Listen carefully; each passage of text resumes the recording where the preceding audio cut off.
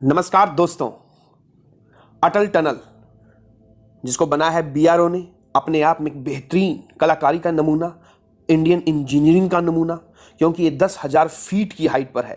ये पूरे वर्ल्ड में सबसे हाईटेक सिस्टम से लैस होगी और इसका जो सबसे बड़ी खास बात है वो है मनाली से ले जाने के बीच 5 घंटे का टाइम पीरियड का रिड्यूस करना। तो 10,000 फीट की हाइट पर ये तैयार हुई अटल टनल। जी हाँ, मेरा नाम है संदीप और आप देख रहे हैं स्टडी। सबसे पहली बात यहां पर बात की जाए इसकी रेंजेस की, आखिर ये कौन सी रेंज में बनी है, एग्जाम के पॉइंट ऑफ व्यू से भी बहुत इंपॉर्टेंट है। तो आपको पता ही होगा सबसे जो नॉर्दर्न जो रेंज है, मैं आपको बिल्कुल सीक्वेंस बताता हूं, नॉर्थ से साउथ का कराकोरम रेंज, फिर लेह लद्दाख रेंज, क्योंकि ये जो मनाली से लेह लद्दाख के बीच जोड़ेगी ये। तो सबसे ऊपर कराकोरम, फिर लेह लद्दाख, फिर जास्कर, फिर ग्रेट हिमालयन रेंज, फिर पीर पंजाल और फिर धौलाधर और फिर शिवालिक, और ठीक शिवालिक के नीचे बसा हुआ हमारा चंडीगढ़। लेकिन यहाँ पर बात की जाए तो ये सबसे अपने आप में इंपॉर्टेंट क्यों है, क्योंकि ये पीर पंजाल रेंज, जी हाँ, ये पीर पंजाल जो रेंज है उसी के अंदर ये टनल बनाई गई।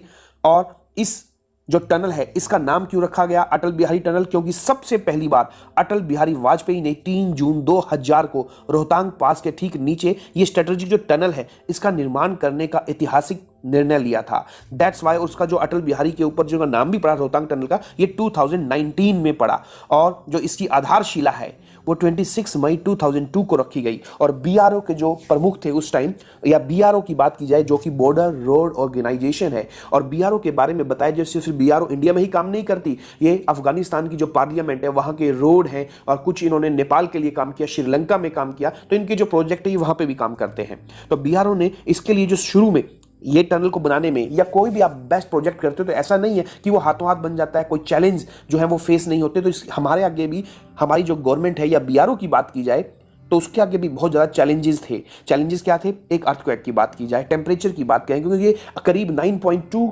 जो है किलोमीटर लॉन्ग है, तो इसके अंदर भी काफ़ी चैलेंजेस थे, खासकर टेम्परेचर की, क्योंकि टेम्परेचर बहुत ज़्यादा, ऑक्सीजन की बात की जाए, टेम्परेचर की बात की जाए, और अगर गलती से भी आग लग जाए तो उस पर काबू कैसे पाया जाए, तो ये सारी चुनौतियां थी। और इन सब चुनौतियों को एक एक करके इनके ऊपर काबू पाया गया। तो 24 दिसंबर 2019, जैसे कि पता चल ही गया होगा आपको कि अटल बिहारी वाजपेयी के नाम पर ये टनल 24 दिसंबर 2019 को इसके ऊपर नाम रखा गया कि किस तरीके से। अब बात चलती है इसकी फीचर क्या होंगे, लेकिन सबसे पहले मैं आपको बताता हूँ ये आप यहाँ पर देख सकते हैं कि किस तरीके से जो लेह लद्दाख है और मनाली, ये मनाली है, मनाली से हम जब जाएंगे लेह लद्दाख की तरफ तो ये साउदर्न पोर्टल, नॉर्दर्न पोर्टल, जो बीच में ये जो ट्यूब दिख रही होगी आपको, यही ट्यूब है जो है हमारी अटल टनल, 9.2 किलोमीटर लॉन्ग। और किस तरीके से ये रास्ता काफ़ी बचाएगी, नहीं टाइम कितना सेव हुआ, 5 घंटे का टाइम जो है वो रिड्यूस हो चुका है। तो अपने आप में बहुत बड़ी बात। और सबसे बड़ी बात 10,000 किलोमीटर की हाइट है, 10,000 किलोमीटर फीट की, तो ये इतनी ऊपर बनाई गई है। अब इसके आगे क्या क्या चुनौतियां थी अब हम उस पर बात करेंगे, और कैसे इसका स्ट्रक्चर है, क्या इसके फीचर हैं, और उससे भी बड़ी बात इसके आखिर लॉस भी हैं या नहीं है, लॉस हैं तो कितने लॉस होंगे, हम उन पर बात करेंगे। हम चलते हैं इनसाइड द टनल। आप देख सकते हैं यहाँ पर कि इस टनल की जो सबसे बड़ी खास बातें हैं वो ये कि दोनों पोर्टल पर जो है वो बैरिकेड लगाए गए हैं, बैरियर लगाए गए हैं, और कोई भी इमरजेंसी होती है तो उसके लिए एवरी 150 मीटर की हाइट पर टेलीफोन कनेक्शन है, और 60 मीटर की दूरी पर फायर हाइड्रेंट सिस्टम है, ताकि आग लग जाए तो किस तरीके से ज़्यादा नुकसान ना होने पाए। और आप देख सकते हैं एयर वेंटिलेशन, क्योंकि इतनी बड़ी टनल में एयर वेंटिलेशन की सबसे ज़्यादा दिक्कत आई थी, लेकिन इस चीज़ को भी दूर किया गया कि किस तरीके से एयर वेंटिलेशन हो और नेचुरल लाइट इसके अंदर आ सके। तो इन सब चीज़ों पर काम किया गया। आप देख सकते हैं फायर हाइड्रेंट, CCTV, टेलीफोन, ये तीनों चीज़ों से लैस होगी। और उसके बाद हर 25 मीटर की दूरी पर हमको लाइट, जो नेचुरल लाइट है वो आ सके, इसके लिए स्पेशल इंडिकेटर लगाए गए हैं। और पूरी टनल में आपको प्रसारण प्रणाली मिलेगी, और हर 60 मीटर के डिस्टेंस पर CCTV मिलेंगे। तो इससे यहाँ पर कोई भी आगे चैलेंज आता है तो उस तरीके से इस पर काबू पाया जा सके। तो इस सब चीज़ों पर इस पर काम किया गया। फिर अगर इसकी अलावा बात की जाए इसके स्ट्रक्चर की, आखिर इसका स्ट्रक्चर कैसा है, तो इसके हम स्ट्रक्चर की बात करें, हॉर्स शू जिसे हम बोलते हैं घोड़े की नाल, तो घोड़े की नाल के जैसी इसकी शेप है, आप देख सकते हैं अपनी स्क्रीन के ऊपर। और ये 8 मीटर सड़क मार्ग के साथ बिल्कुल सिंगल ट्यूब और डबल लेन वाली टनल है। और इसकी जो ओवरहेड निकासी की बात की जाए 5.525 मीटर है। तो ये सारी चीज़ें हैं इसके अंदर। इसकी मैक्सिमम स्पीड रखी गई है। कोई भी व्हीकल इसके अंदर जाता है, कार की बात की जाए तो उसकी लास्ट जो स्पीड होगी वो होगी 80 किलोमीटर पर आवर। और इसके अंदर करीब 3000 कार्स और 1500 ट्रक के ट्रांसपोर्टेशन की व्यवस्था की गई है कि वो बिल्कुल ईजी तरीके से आ जा सकें। और ये tunnel semi transverse ventilation system पर बेस्ड होगी और इसमें हाईटेक इलेक्ट्रोमैकेनिकल प्रणाली लगी हुई है ताकि कोई भी आगे इमरजेंसी भी आती है तो हम ये चीज़ों को दूर कर सकें। तो ये सारी चीज़ों से लैस है। और इसकी जो फीचर थे अटल टनल के, तो इसका स्ट्रक्चर की बात की जाए, फीचर की बात की जाए तो अपने आप में एक यूनिक है और कंट्रियों से अगर इसका कंपैरिजन किया जाए तो ये सारी चीज़ें थी।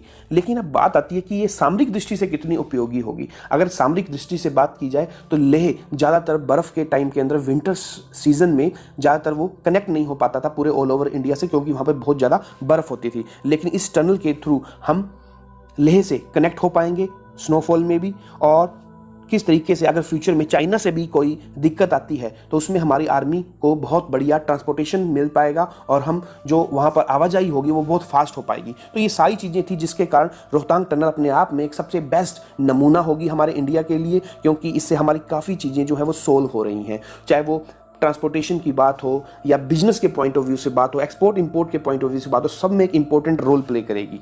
तो इसका जो इनॉग्रेशन है वो 3 अक्टूबर को हमारे मोदी जी प्राइम मिनिस्टर उन्होंने इसका इनॉग्रेशन किया। अब बात आती है किस तरीके से, लेकिन इसमें हमें जो सबसे बड़े पॉइंट देखने को मिले, स्वीडन, आपको पता होगा स्वीडन भी अपने आप में एक पहाड़ी पूरा की बात है। वहाँ पे माउंटेन्स हैं, आपको बड़े बड़े माउंटेन्स मिलेंगे स्वीडन में भी, लेकिन वहाँ पर भी स्पेशल रूल एंड रेगुलेशन है कि आप इतनी ज़्यादा हाइट पर इतने मीटर तक ही आप किसी पहाड़ को काट सकते हो।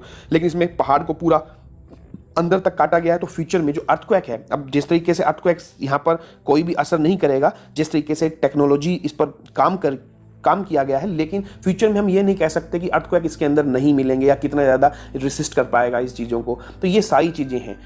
अब यही चीज़ हमें देखने को मिली धीरे धीरे जो माउंटेन्स एरिया है, चाहे यहाँ पर हिमाचल की कैपिटल की बात की जाए शिमला की, तो वहाँ पर आज की डेट में स्नोफॉल बहुत ज़्यादा कम हो रहा है। क्यों कम हो रहा है कि हद से ज़्यादा वहाँ पर पेड़ काटे गए हैं। रोडों को आपने बड़ा तो कर लिया डेवलपमेंट के नाम पर, लेकिन उतने कभी भी पेड़ लगाए ही नहीं गए जितने कि एनजीटी ने कहा था। तो ये इस तरीके से इसमें भी हमें फ्यूचर में देखने को मिल सकते हैं। डेवलपमेंट होना अपने आप में एक बहुत अच्छी बात है, लेकिन नेचर को ध्यान में रखकर आप नेचर के अपोजिट कोई भी काम करते हैं तो उसके जो कॉन्सिक्वेंसेज हैं, या मैं बात की जाए लॉसेज हैं, तो वो फ्यूचर में हमें देखने को मिलते हैं। तो ऐसा अब किस तरीके से वहाँ पर माउंटेन को काटा गया, और माउंटेन जो है वो अपने आप में एक वो जो माउंटेन्स आपको मिलेंगे हिमाचल वाले एरिया में, जैसे कि जम्मू कश्मीर में उनके माउंटेन थोड़े से अलग हैं, लेकिन हिमाचल के माउंटेन्स थोड़े से डिफरेंट हैं। जिसके आगे चाहे स्नोफॉल की बात की जाए या बात की जाए सबसे ज़्यादा रेनफॉल की, एवलांचिंग की, तो उस दौरान इसमें सबसे बड़ी दिक्कत देखने को मिलती है।